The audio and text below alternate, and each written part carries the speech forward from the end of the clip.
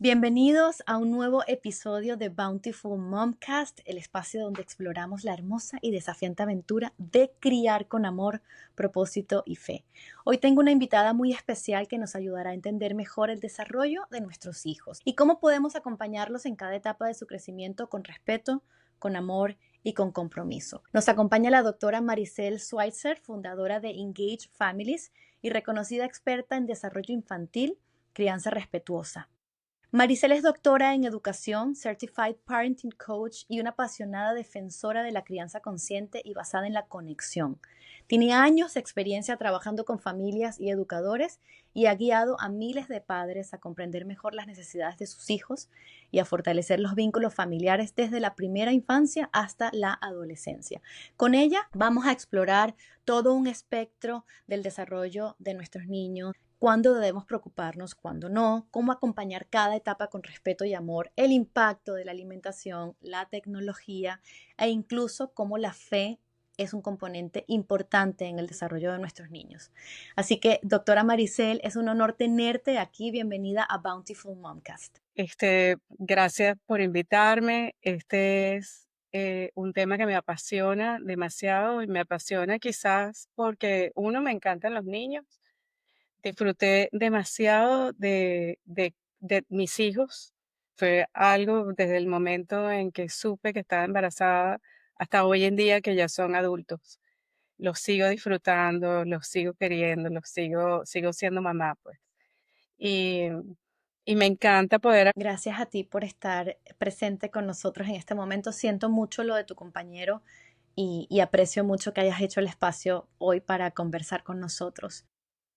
Sé que puede ser una pregunta muy amplia y a lo mejor no vamos a responderla en una hora completa, pero si tú pudieras ayudarnos a entender cuáles son los principales hitos del desarrollo infantil desde que un bebé nace hasta la adolescencia, ¿cómo son esas etapas clave? Sí.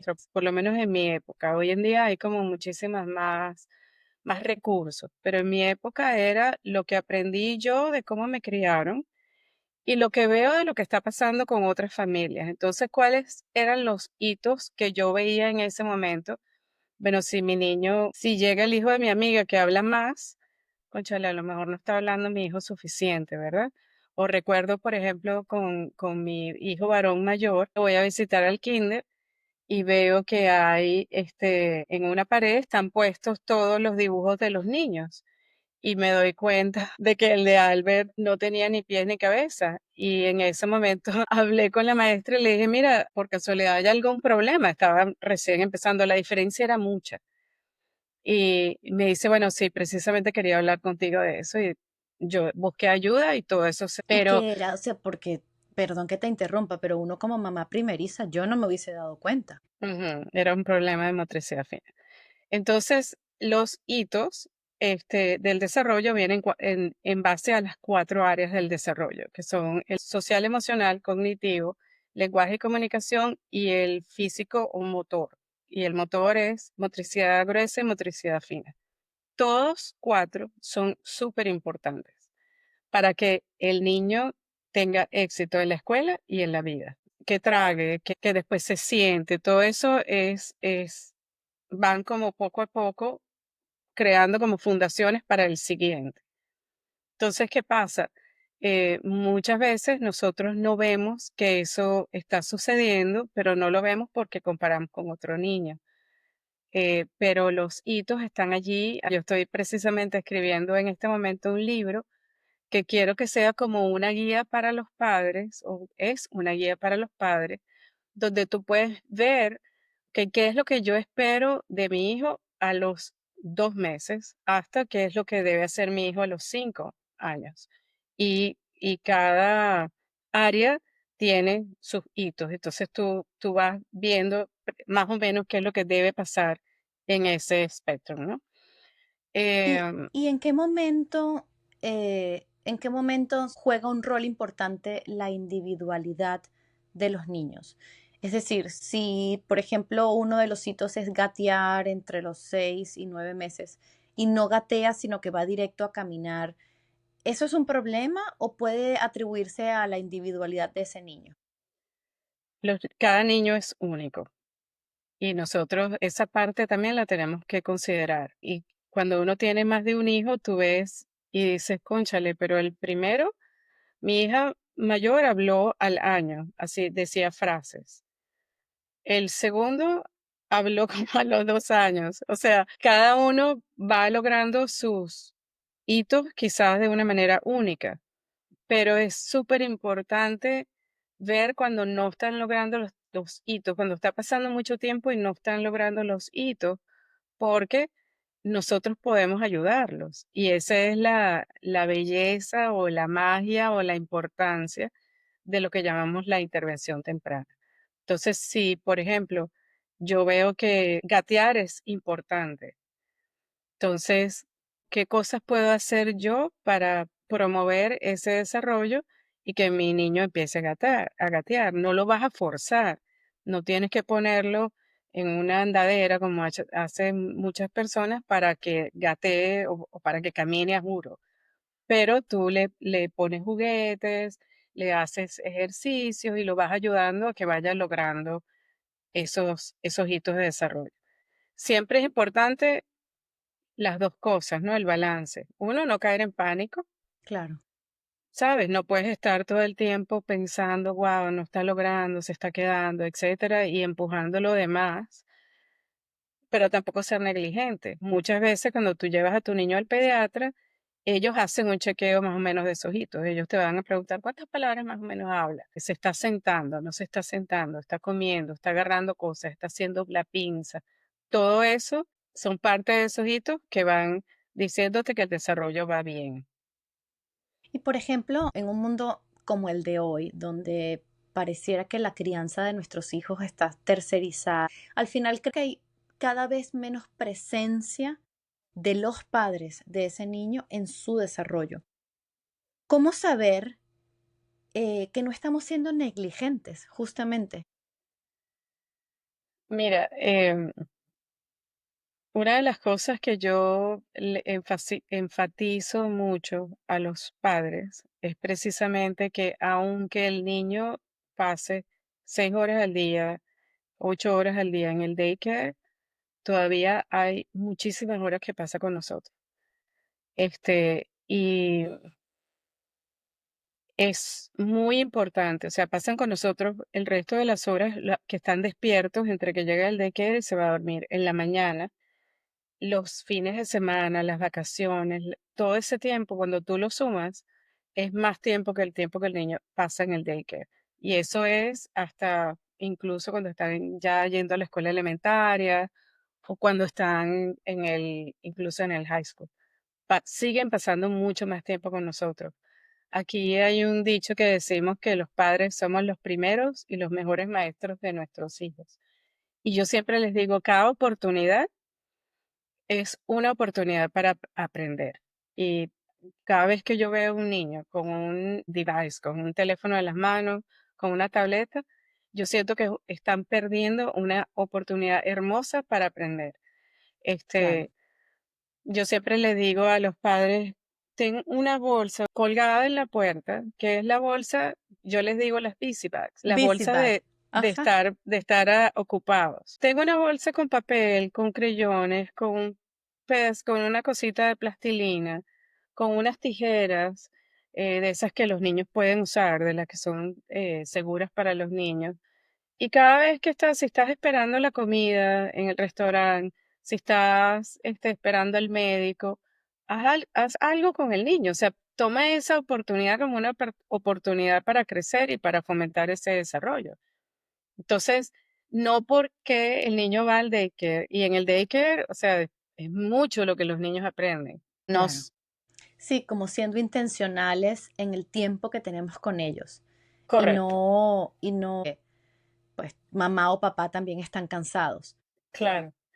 Fíjate que otra cosa que te iba a decir ahí, no todo el mundo tiene el privilegio de poder mandar a sus niños a un daycare.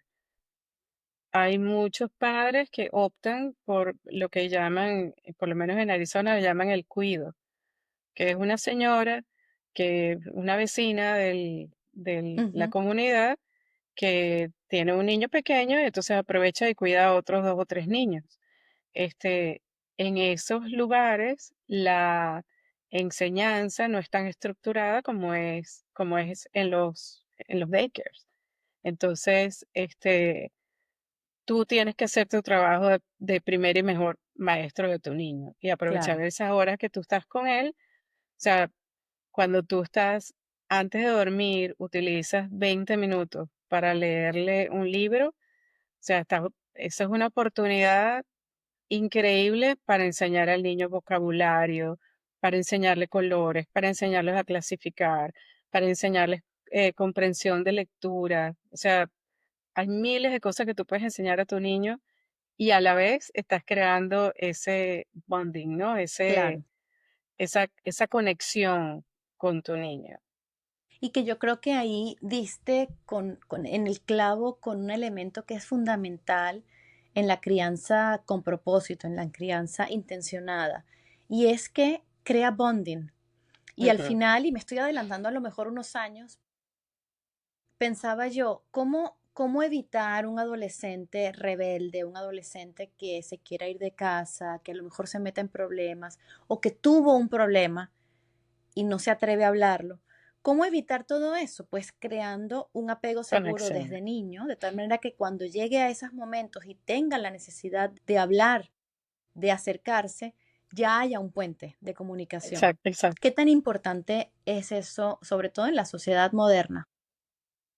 Súper importante. En la disciplina positiva es una de las cosas que más enfatizamos. Eh, un niño, o sea, los niños generalmente quieren dos cosas: conexión y lo que llamamos belonging, o sea, sentir que y pertenencia, ¿verdad? O sea, yo pertenezco a este hogar, porque en este hogar me quieren, me respetan, se conectan conmigo, me respetan como individuo. O sea, tú Ujú, tienes una niña de 2 años, pero ella ya es un individuo, ella ya tiene un espacio. absolutamente. Ajá, sí. Y bueno, más en la edad que ella tiene en este momento, ¿no? Que ella empieza a sentir que ella ya no es una extensión tuya, ella es un, Claro, un ser individual, pero un ser individual que tiene una pertenencia, que tiene un respeto en la casa, que se respeta como individuo. Entonces, cuando tú logras esas dos cosas, tú lo puedes mantener a través de los años. Yo te puedo decir que sea, con mis hijos, la adolescencia la pasamos bastante bien. O sea, yo no siento que fue un momento donde la gente, tú sabes, la gente muchas veces cuando tú le dices que tienes adolescentes te dicen, wow, pobrecito. No, no fue así. claro. Lo disfrutamos, teníamos conversaciones súper lindas. A todo el mundo también yo le digo, porque me dicen, ¿cómo hiciste? Le digo, bueno, no fui yo, fueron mis rodillas. Ah, frase tan hermosa, fueron mis rodillas. Porque detrás de esas rodillas, como yo digo, le digo a mi mamá, tus rodillas están planas de tanto orar por tus Ujú. hijos. Detrás de esas oraciones de rodilla, de esa bendición hacia tus hijos, hay una mamá y un papá sacrificados y también muertos de miedo. Yo sé, porque ahora yo también soy mamá, que hay mucho miedo, hay mucha ansiedad detrás de ser padres. Además de tus oraciones de rodillas, ¿qué otras herramientas desarrollaste como mamá para poder superar los momentos más duros? Y yo recuerdo que en esa época yo cantaba una canción que dice, sendas Dios hará donde piensas que no hay, Él obra en maneras que no podemos entender. Y la cantaba, y la cantaba, y la cantaba, y lloraba. Sí, y lo increíble es que parte de esa canción dice, y agua en el desierto encontrarás. Y yo simplemente creí en Dios. Yo dije, sendas Dios hará, Él va a abrir caminos para nosotros. Y nosotros terminamos viviendo en Arizona, en el desierto de Arizona. Y encontraron Encontramos, agua. Wow. nos Ujú. Maricel, dentro de todo lo que cuentas hay muchos elementos que yo los vivo de primera voz. Quiero llevarlo al campo de la maternidad, porque puedo imaginar que así como mi mamá, a ti te tocó en muchos momentos criar sola, con un esposo piloto. Que, ojo, en mi caso Era un papá que viajaba mucho, se tenía que ausentar, a veces por 2 semanas para viajar a Europa, era su trabajo. Pero cuando estaba en casa era un papá 100% presente, presente al todo con sus hijos, involucrado. Yo no recuerdo nunca esa sensación de que papá no está. ¿Cómo fue para ti como mamá criar 3 hijos? Era como siempre respetábamos mucho esa presencia de Alberto, ¿sabes? El hecho de que él no estaba en la casa no hacía que él no estuviera presente, de que él no fuese eh, el papá igual. O sea, él siempre estaba, siempre se comunicaba, siempre hablaba por teléfono.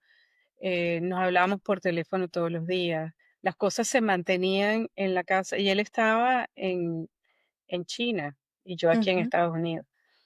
Este, y él iba y se iba 3 semanas, venía 10 días nada más.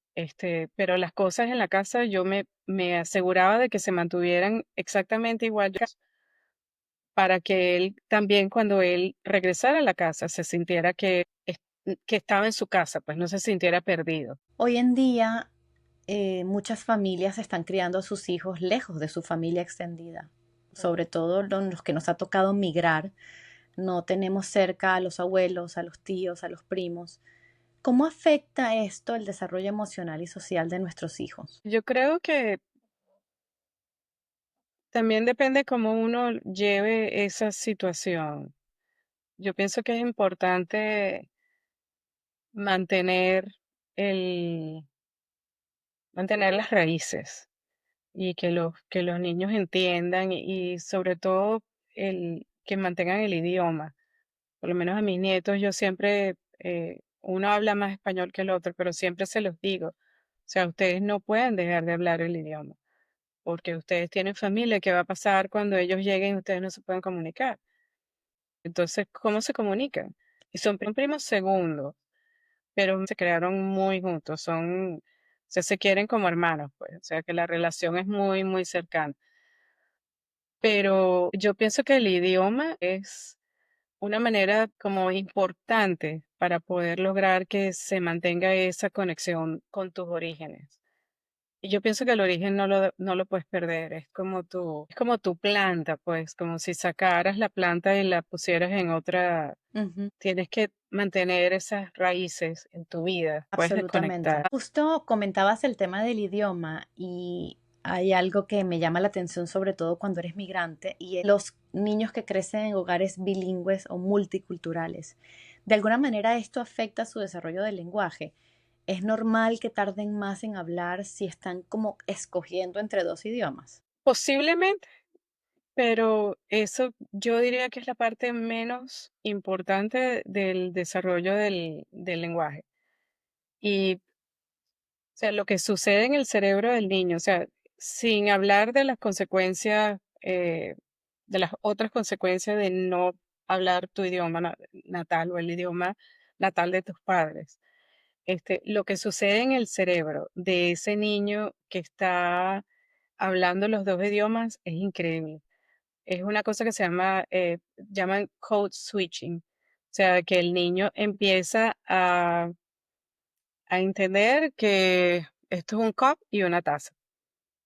Entonces, en su cerebro hay dos conexiones que se están formando con esas dos palabras. Y la manera como esa arquitectura del cerebro empieza a crecer es impresionante. O sea, yo siempre digo que el cerebro es como un músculo. Tú lo ejercitas cuando crees esas conexiones. Eh, entonces, desde el punto de vista del cerebro, de la inteligencia, etcétera, es maravilloso lo que empieza a pasar en el cerebro del niño. Si el niño empieza a hablar un poquito más tarde, no importa.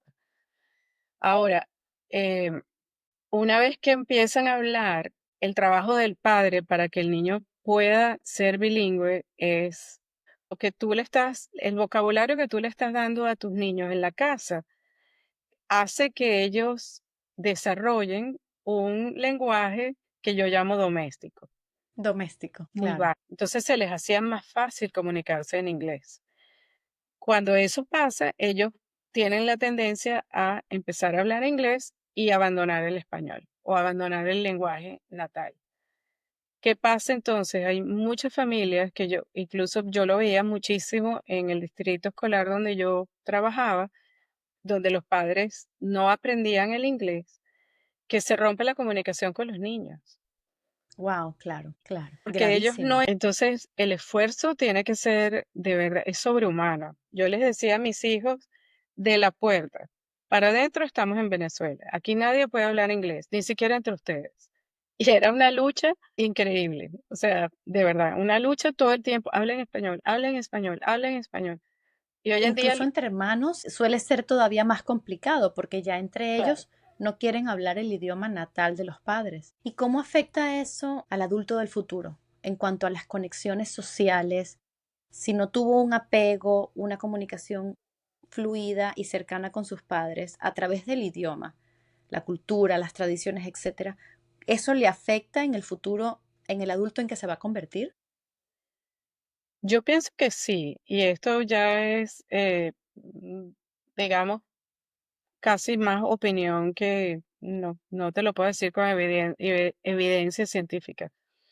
Pero imagínate en esos años de adolescencia, cuando es cuando tú más tienes que hablar, cuando tú más tienes que, sabes, como arropar a tus hijos en el lenguaje, en entender, en tener Ujú, reflexiones. claro, y puedo como imaginar que uno de los mayores riesgos es que entonces el niño o el adolescente escoja hablar con otra persona, escoja abrirse con otra persona que sí, entre comillas, lo entienda.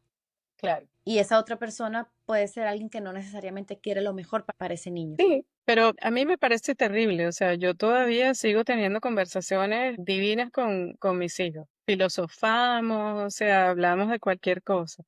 Y quizás en algunos momentos, tú sabes, sale una que otra palabra que no la puedes decir, no la sabes en español, yo los corrijo, etcétera, o incluso para mí, que no la puedo decir en inglés, ellos me corrigen, pero la comunicación existe, ¿sabes? La crianza ha cambiado en los últimos años bastante y hoy yo siento que nos estamos enfrentando a un tipo de crianza donde hay un borderline con sobreprotección. Es sano proteger a los niños de todo, evitarles caídas, tropiezos, equivocaciones, que no se frustren, constantemente estar como encima tratando de protegerlos. No. No. Eh, y bueno, ese es otro de los aspectos de la disciplina positiva. O sea, la disciplina positiva no es, está entre el rigor extremo y el permiso extremo, está en el medio. Porque lo que tú quieres no es sobreproteger a tus hijos, es que tus hijos puedan desarrollar independencia, que puedan desarrollar ese músculo para defenderse a sí mismos, la, que puedan desarrollar la solución de problemas, por ejemplo. Se habla mucho de los pleitos entre hermanos, cuando los hermanos pelean. Lo bueno, o sea, el ring de pelea entre los hermanos es precisamente como quizás una ayuda para que ellos aprendan a solucionar problemas. Entonces, no es dejarlos caerse a golpes, pero es ayudarlos a que ellos aprendan a buscar soluciones, que ellos aprendan a comunicarse sin tomar un lado o el otro. Eh, pero no, o sea, sobreproteger a los niños en ese sentido no es bueno. Tú tienes que dejarlos que ellos aprendan, es parte de su desarrollo socioemocional. Lamentablemente como padres no siempre podemos estar presentes controlando todo. Tu experiencia profesional, ¿has visto un cambio o tus pacientes, tus clientes, han tenido cambios en función de la exposición a toxinas, la exposición a pantallas, la exposición a alimentos ultraprocesados? Yo veo que sí. Yo siento que hoy en día los padres están mucho más conscientes de lo que están consumiendo los niños, pero también vamos a los niveles socioeconómicos. Muchas personas pueden también ser más selectivos, pero es obvio que muchas veces también ser selectivo es más caro. O sea, Uy, sí, sobre todo en este país. Ujú. gordísimo, lleno de hormonas. Pero bueno, dentro de eso sí eh, sí hay como, creo que más entendimiento de lo que está pasando. Yo me burlo mucho de mí misma porque yo siempre estoy buscando maneras de rebajar de peso y bueno, me pongo con una nutricionista, con otra nutricionista y me da risa porque cuando llego a la casa mi esposo me dice, ¿y qué te dijeron? Le digo, nada nuevo. O Claro. sea, muchas de esas cosas las sabemos. Muchas veces simplemente escogemos lo más fácil. Y en ese sentido también pasa con las pantallas. Sí, Ujú, claro. Y también uno no ponerse con la pantalla, porque tú tienes que ser el ejemplo que quieres lograr en ellos. Y correcto. ahí también hay un reto importante para nosotros como adultos. Sí, correcto. Claro. Y la Entonces, experiencia de las pantallas en mi infancia no es ni remotamente cercana a la experiencia que está teniendo mi hija, por el solo hecho de que nosotros no teníamos un celular a mm, disposición. Había exacto. un teléfono en la casa. Nunca era celular. Yo creo que Sí, conocí el celular cuando tenía como 16 años. sí, ¿Mito o mucho. realidad? Aquí vamos ya como entrando a la última parte de la entrevista y hay cosas interesantes que consultar. ¿Existen diferencias en la crianza de niños y de niñas? O sea, hay algunas pequeñas diferencias. Eh, en mi caso, por ejemplo, para mí fue muy difícil eh, cuando empecé a criar a mis hijos varones, porque yo me crié en un mundo de niñas, éramos dos hermanas. Después tuvimos dos niñas cada una, después vino otra niña, entonces era un mundo perfecto de niñas. No Claro. sabíamos qué hacer con los niños. Cuando viene mi primer niño, es más fuerte, es más energético, y yo, ok, bueno, está bien, pero después viene el otro y es fuerte y energético también, y de verdad me drenaban completamente. Pienso que en ese sentido sería la diferencia. Depende de los niños, ¿no? Sea, hay niños que son más fáciles, y niños que son energéticos y niños que son más difíciles. Eso en los temperamentos. Hay niñas que son muy energéticas, pero el varón tiene la tendencia a ser como más energético, pues a tener más energía, a querer hacer más deporte, como que no se cansan nunca. Esa pudiera ser la única diferencia que yo vería. Y estando en esta etapa yo, y sé que no es la etapa en la que puede estar todo el mundo, pero yo estoy en esta etapa y no puedo dejar de preguntarlo. ¿Cómo manejar los berrinches de los toddlers y no morir en el intento? ¿Alguna recomendación? ¿Algún tip? El berrinche es como un iceberg.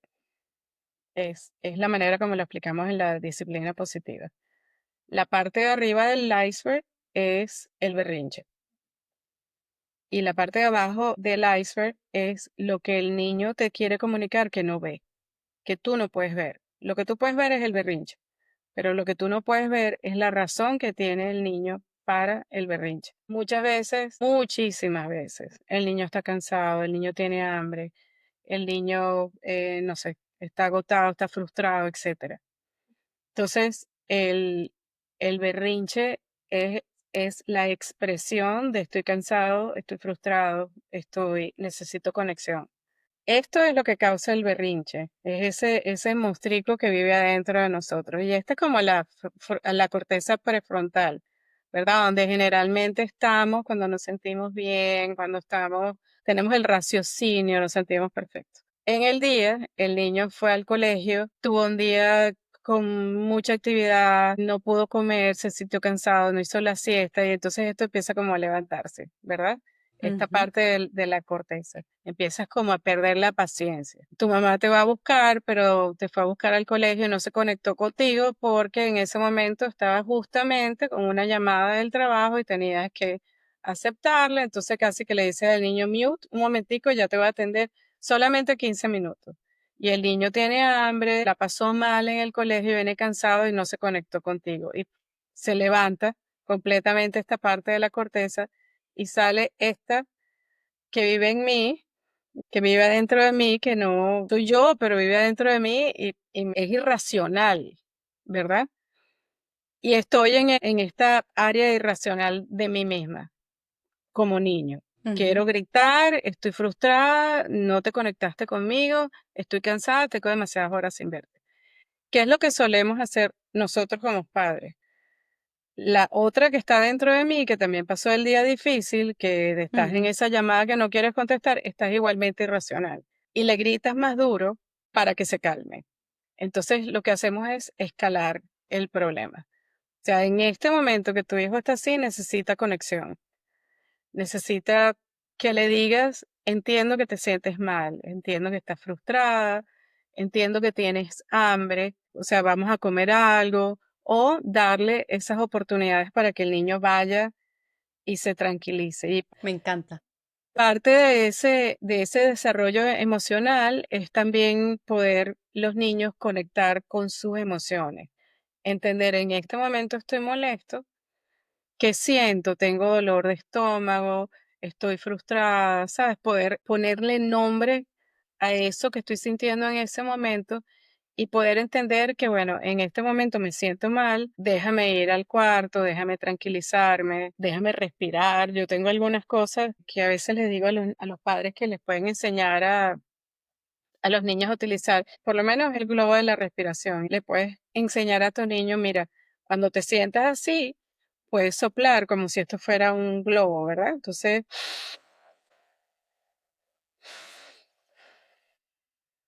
¿y qué le estás enseñando? A A respirar. respirar, a Claro. tranquilizarse. La respiración en caja o simplemente esas cositas que utilizan que son como unos cuadritos que uno empuja Los con unos, pop-ups. eso, ajá, eso Yo los creo que por ayuda. ahí Entonces tengo. tú, Wow, qué interesante. Muy interesante eso porque, digamos, el berrinche sí tiene 2 años y es como muy común, pero el berrinche también se produce a los 9 y a los 12 mm, y a los 17. Y como sea, me queda el mensaje de que no hay comunicación cuando estamos como en ese cerebro primitivo irracional, ¿correcto? claro, correcto. Si tú no enseñas a tu niño en esa primera edad a entender, a regularse, ¿verdad? Porque ellos pequeños no se pueden regular. Tú los vas enseñando a que se regulen. Si ellos no aprenden, entonces, ¿qué pasa? Ellos terminan en edad de adolescencia haciéndose daño a sí mismos, porque ya no se van a tirar al piso, pero se van a hacer drogas. Esa es su reacción al mundo. Esa es mi parte de arriba del iceberg que voy a mostrar a mi frustración que no te puedo mostrar. Las neuronas espejo es que si yo estoy alterada en cierta manera, mi niño se va como a poner en ese mismo nivel que yo. Y ahí es que empiezan las cosas a escalar. Entonces, parte de lo que nosotros tenemos que hacer para ayudarlos es también, como decimos en Venezuela, bajarle dos, ¿verdad? Regularnos, hacer la respiración en caja, tomarnos un tiempo para sentirnos bien, o sea, no le vas a dar la super cena, dale unas galletas para que se tranquilice, se le pase el hambre, vamos a tranquilizarnos, seguimos el resto del día. Pero también muchos padres nos ponemos un montón de presión, la buena alimentación, la pantalla, etcétera. A veces, o sea, vas en un vuelo de 10 horas, lleva la pantalla y le pones a ver una película, no hay problema con eso, Claro. ¿sabes? Sí, al final, y tienes mucha razón, Maricel, porque la presión que nos ponemos como padres Ujú. es a veces peor que el propio recurso para solucionar el problema. Porque vemos a nuestros hijos como, como nuestro proyecto de vida también. Y eso les pone mucha presión a ellos y a nosotros. Absolutamente. ¿Qué es la respiración en caja? Por favor, enséñame. Sí, bueno, yo lo hago incluso para mí. La respiración en caja es que te imaginas, o sea, con los niños lo puedes hacer en menos segundos, ¿no? Pero respiras en 4 segundos, aguantas el aire en 4 segundos, botas el aire en 4 segundos, aguantas 4 segundos. Entonces lo haces varias veces y es impresionante. Y hay Antes de que nos muchos, vayamos, quiero que nos ajá. cuentes un poco de tu libro, The Bravest Kid. Bueno, este libro es un cuento de niños. Ay, qué Y bonito. yo como maestra de educación especial siempre sentía que, o me sentía muy mal cuando nosotros le dábamos a los padres la noticia de que el niño tenía una disabilidad o porque era muy duro para los padres de enfrentarse a esto. cuando Ricardo tiene el accidente y nos dicen que Ricardo va a estar en una silla de ruedas por siempre, yo me puse en los zapatos de esos padres, porque él es el hijo de mi mejor amiga, es como un hijo para mí. Pero Ricardo nos dio una lección de vida, porque su disabilidad se convirtió en, no fue para él algo que le impidió ser, tener una vida normal. Y él es un muchacho que él, él nada, él se tira en paracaídas, o sea, tiene una vida completamente normal. Él dice, o sea, no puedo usar mis piernas, yo tengo mis ruedas. Y ya. O sea, fue una tremenda enseñanza para nosotros. Y entonces, bueno, yo quise como escribir el libro porque yo sé que hay muchas personas que pasan por esto y sienten que su vida se acaba. Y no, la vida no se acaba. Hay muchas opciones. Entonces, este está en inglés y en español en Amazon. Ay, muy bien. Y el otro pronto, El otro viene pronto, el otro es el que todo padre necesita. donde yo les hablo un poco de mi experiencia y también están todos los hitos del desarrollo. Ahí están todos los hitos del desarrollo y entonces tiene actividades que los padres pueden hacer en la casa para fomentar cada uno de esos hitos a las diferentes edades. La otra cosa que estamos haciendo con mi hijo mayor es una aplicación que sería más a la mano, pues, donde los padres pueden chequear, crear un perfil para su niño, pueden chequear los hitos y te dice también en la aplicación cuáles son las cosas que los niños necesitan o qué puedes hacer en la casa para ayudarlos. Agradecida por este tiempo, agradecida por tu conocimiento y los recursos que nos dejas para esta crianza respetuosa, esta disciplina con amor y sobre todo el componente espiritual. Antes de cerrar la entrevista, te dejo una última pregunta. ¿Qué tan importante crees tú que es la fe en la crianza? ¿Y qué tanto influye en la formación emocional y la resiliencia de un niño? Yo siento que es súper importante porque nosotros tenemos la tendencia a creer que todo lo podemos controlar hasta que nos encontramos en esos momentos en que no hay nada que podamos hacer. Dios está en control. Yo siento que para mí fue súper importante que mis hijos compartieran mi fe y que creyeran que había un ser supremo más alto que ellos, que es el que está en control. Pues muchísimas gracias, Maricel. Vamos a recordarle a la audiencia brevemente dónde te pueden ubicar, cómo te pueden contactar en caso de que quieran ahondar sobre todos estos recursos y sobre todos tus talleres y las herramientas que tú das desde Engage Families. Bueno, tienen en mi página de Instagram, se pueden comunicar conmigo, es Engage Families y también engagefamilies.com. Allí están los recursos que tenemos, el libro, pueden hacer las citas también si quieren una cita uno a uno. Pero con la página de Instagram ahí se ve cuando hay cursos y siempre estoy alimentando la página con pequeños clips y videos con consejos para los padres. Así es. Muchísimas gracias por este tiempo. Gracias, Maricel. Gracias al equipo de Engage Families también por estos recursos tan valiosos. Hemos llegado al final de Bountiful Momcast. No olviden compartir este episodio con alguna mamá, algún papá que necesita escucharlo. Y también recuerden seguirnos a través de las redes sociales @bountifulmomcast, donde vamos a seguir compartiendo cada vez más episodios sobre este proceso maravilloso de formar familia. Muchas gracias. Gracias.